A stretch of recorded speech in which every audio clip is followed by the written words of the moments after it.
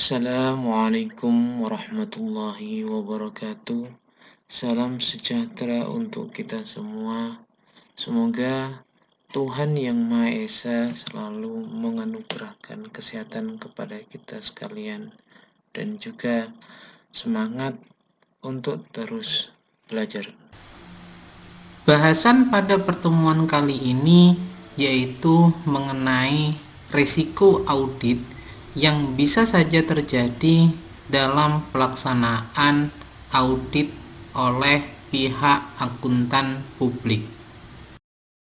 Bahasan selanjutnya itu adalah tentang risiko audit, di mana risiko audit ini dimaknai sebagai risiko yang terjadi dalam hal auditor tanpa disadarinya tidak memodifikasi pendapatnya sebagaimana mestinya atas suatu laporan keuangan yang mengandung salah saji material.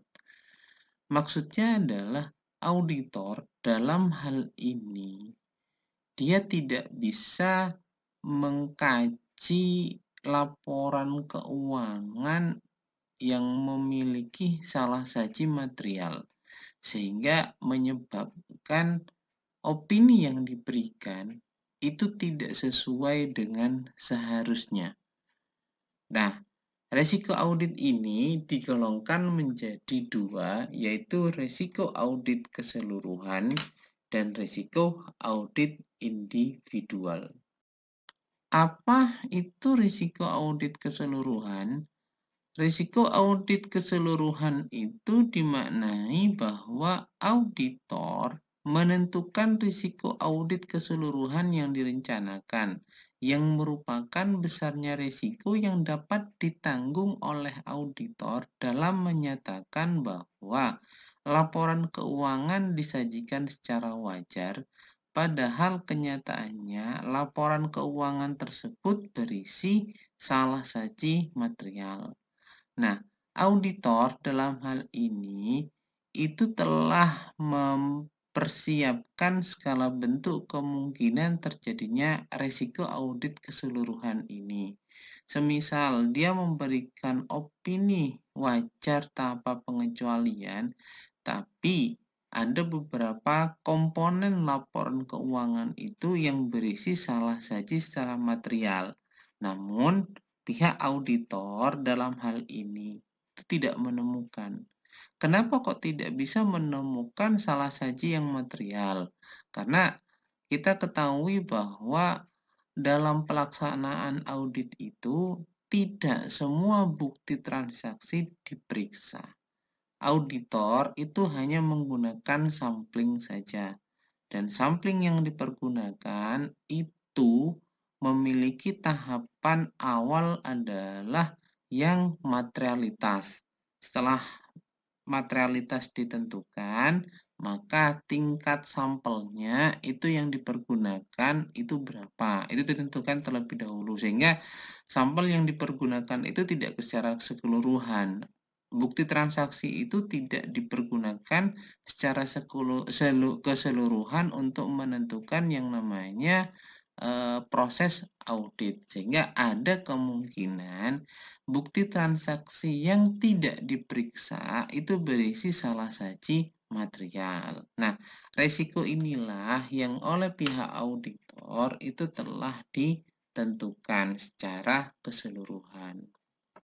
Risiko audit yang kedua itu adalah risiko audit individual. Karena audit ini mencakup pemeriksaan terhadap akun-akun secara individual, maka risiko audit keseluruhan harus dialokasikan kepada akun-akun terkait. Risiko audit individual perlu ditentukan untuk setiap akun karena akun tertentu seringkali sangat penting karena besarnya saldo atau frekuensi transaksi perubahan. Dari pengalaman audit di tahun sebelumnya, auditor dapat menaksir resiko atas akun tersebut. Ketika kita sudah menentukan risiko audit keseluruhan tadi, maka nilai atau resiko audit yang telah ditentukan tersebut itu di-breakdown kepada masing-masing akun dengan pertimbangan tertentu sesuai dengan pengalaman dari auditornya. Kenapa harus di-breakdown kepada masing-masing akun? Karena kita ketahui ada beberapa akun itu yang saldonya besar dan frekuensi transaksinya itu memiliki tingkat perubahan yang sangat signifikan. Misal saldonya yang besar itu seperti kas, bank, aset, dan semacamnya. Sedangkan untuk transaksi yang perubahannya itu tinggi, itu seperti transaksi penjualan, pembelian. Maka pada saat audit itu bisa lebih intens untuk melakukan pemeriksaan pada masing-masing saldo akun tersebut. Itu yang dimaksud dengan risiko audit individual. Terdapat tiga unsur risiko audit, yaitu risiko bawaan, risiko pengendalian, dan risiko deteksi. Kalau risiko bawaan, inherent risk itu dimaknai sebagai kerentanan suatu saldo akun atau golongan transaksi terhadap suatu salah saji material dengan asumsi bahwa tidak terdapat kebijakan dan prosedur pengendalian internal yang terkait. Untuk risiko pengendalian itu diartikan sebagai risiko terjadinya salah saji material dalam suatu asersi yang tidak dapat dicegah atau dideteksi secara tepat waktu oleh pengendalian intern entitas tersebut. Sedangkan risiko deteksi atau detection risk itu dimaknai sebagai resiko sebagai akibat auditor tidak dapat mendeteksi salah saji material yang terdapat dalam suatu asersi. Mari kita bahas satu persatu berkaitan dengan risiko audit. Risiko audit yang pertama yaitu risiko bawaan adalah kerentanan suatu saldo akun atau golongan transaksi terhadap suatu salah saji material dengan asumsi bahwa tidak terdapat kebijakan dan prosedur pengendalian intern yang terkait. Perhitungan tentang risiko bawaan ini membutuhkan pertimbangan tentang berbagai hal yang bisa berpengaruh terhadap asersi-asersi dari semua rekening atau pada rekening tertentu saja. Berikut beberapa hal yang bisa berpengaruh pada berbagai rekening dalam risiko bawaan. Contoh pertama adalah probabilitas perusahaan klien dibandingkan dengan industri sejenis. Nah, profitabilitas ini yang menjadi penilaian auditor untuk melihat yang namanya risiko bawaan dari pihak perusahaan klien. Berikutnya adalah sensitif tidaknya hasil operasi perusahaan terhadap faktor-faktor ekonomi. Terus, masalah-masalah yang berkaitan dengan kemampuan untuk melanjutkan usaha. Apakah perusahaan ini memiliki sustainability dalam menjalankan usahanya atau tidak.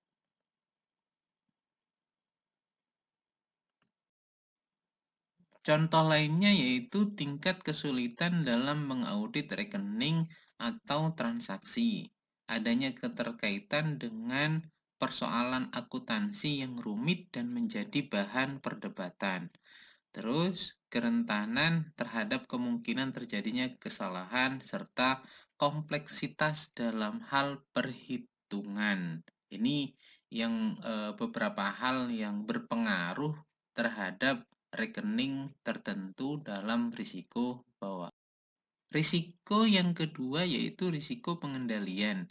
Risiko pengendalian ini adalah risiko bahwa suatu salah saji material yang dapat terjadi dalam suatu asersi tidak dapat dicegah atau dideteksi secara tepat waktu oleh satuan pengendali internal suatu perusahaan.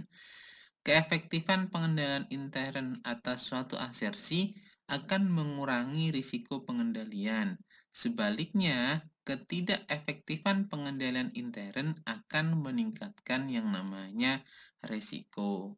Nah, maksud dari yang namanya risiko pengendalian ini adalah sesuatu hal yang tidak dapat dideteksi dalam pengendalian audit internal suatu perusahaan.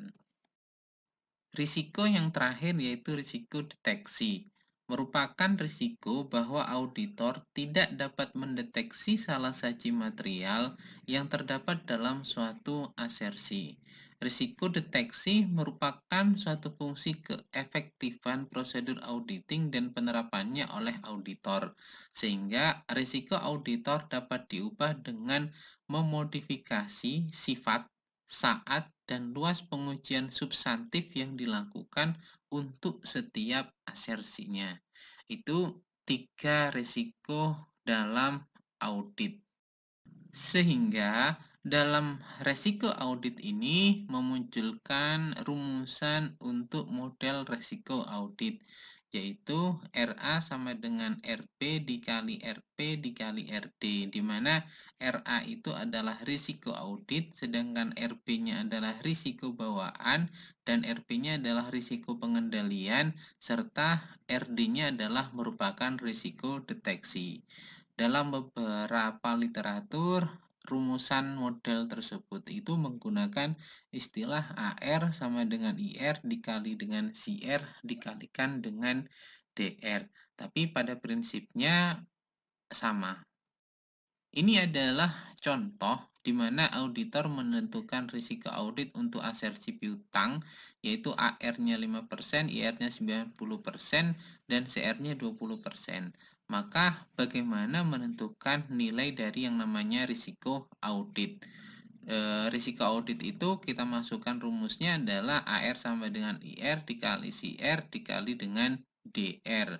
Maka untuk menentukan DR yaitu AR dibagi dalam kurung IR dikali dengan CR, sehingga nilai yang dihasilkan itu menjadi nilai DR-nya adalah 28%.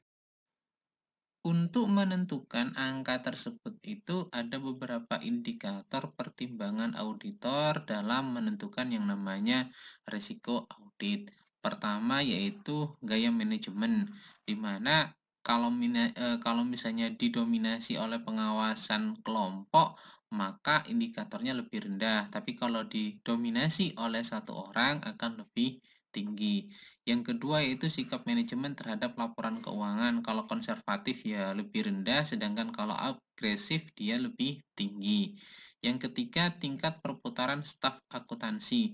Kalau normal berarti lebih rendah, sedangkan kalau misalnya tinggi itu lebih tinggi dalam hal perputaran staf accountingnya. Yang keempat adalah tekanan terhadap pencapaian anggaran. Kalau tekanannya sedikit, maka indikatornya lebih rendah untuk menentukan yang namanya risiko audit. Sedangkan kalau sangat sedikit, maka lebih tinggi untuk indikator risiko auditnya. Yang kelima, reputasi dalam dunia usaha, mana di sini indikatornya ada jujur dan dikhawatirkan. Indikator lainnya yang dijadikan pertimbangan auditor yaitu yang keenam, tingkat probabilitas dibandingkan dengan rata-rata. Apakah dia pantas dan konsisten atau berfluktuatif. Yang berikutnya yang ketujuh adalah tingkat sensitivitas terhadap perubahan tingkat bunga, inflasi, dan keadaan ekonomi. Yang menjadi indikator di sini adalah relatif dan sensitif atau sangat sensitif. Sedangkan yang ke-8, tingkat perubahan usaha apakah stabil atau cepat, dan yang ke-9, keadaan usaha apakah keadaan usahanya itu sehat atau tertekan dalam hal menjalankan kegiatan usahanya. Terus yang ke-10 itu adalah sistem organisasi sentralistis atau desentralistis. Itu menentukan tinggi rendahnya risiko audit yang akan diambil oleh auditor. Berikutnya itu adalah yang berhubungan dengan indikator pertimbangan auditor, yaitu kelangsungan usaha suatu organisasi atau going concern-nya, di mana indikator yang dipergunakan itu apakah tidak ada yang secara serius mempengaruhi kelangsungan hidup atau ada beberapa hal yang secara serius mempengaruhi kelangsungan hidupnya dari usaha tersebut. Yang kedua adalah isu tentang akuntansi yang rumit, ada atau banyak. Terus kesulitan dalam pemeriksaan transaksi dan saldo perkiraan, sedikit atau banyak. Kesalahan yang ditentukan dalam permulaan audit itu sedikit dan tidak material atau banyak.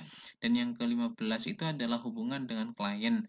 Apakah merupakan langganan lama atau pertama kali. Nah, itu 15 indikator pertimbangan yang dijadikan auditor dalam menentukan risiko auditnya. Hubungan antara materialitas, risiko audit, dan bukti audit itu terjadi berbagai kemungkinan hubungan antara tiga hal tersebut. Yang pertama adalah jika auditor mempertahankan risiko audit konstan dan tingkat materialitas dikurangi, auditor harus menambah jumlah bukti audit yang dikumpulkan. Maksudnya di sini ini adalah kalau dari pertimbangan tadi terus risiko auditnya konstan, tidak ada perubahan dan tingkat materialitasnya dikurangi, maka bukti audit yang harus dikumpulkan auditor itu harus ditambah. Sedangkan jika auditor mempertahankan tingkat materialitas konstan dan mengurangi jumlah bukti audit yang dikumpulkan, maka risiko audit akan meningkat. Kenapa? Karena tingkat materialitasnya tidak berubah dan bukti audit yang dikumpulkan itu dikurangi, maka pastinya akan berdampak terhadap risiko audit yang meningkat. Yang terakhir, yang berhubungan dengan hubungan antara materialitas, risiko audit, dan bukti audit ini adalah jika auditor menginginkan untuk mengurangi risiko audit, auditor dapat menempuh salah satu dari tiga cara berikut.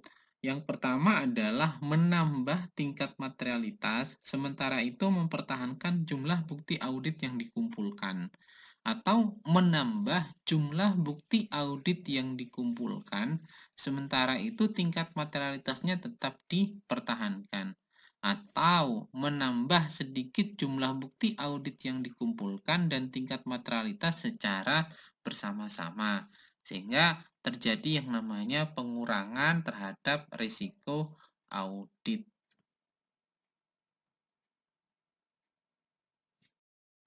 Mungkin itu saja yang dapat saya jelaskan terlebih dahulu. Bila ada hal yang masih belum dapat dipahami, dapat dipelajari kembali, atau silahkan mengajukan bahan untuk kita diskusikan. Jangan lupa untuk selalu jaga kesehatan. Saya akhiri. Terima kasih. Wabillahi taufiq wal hidayah. Wassalamualaikum warahmatullahi wabarakatuh.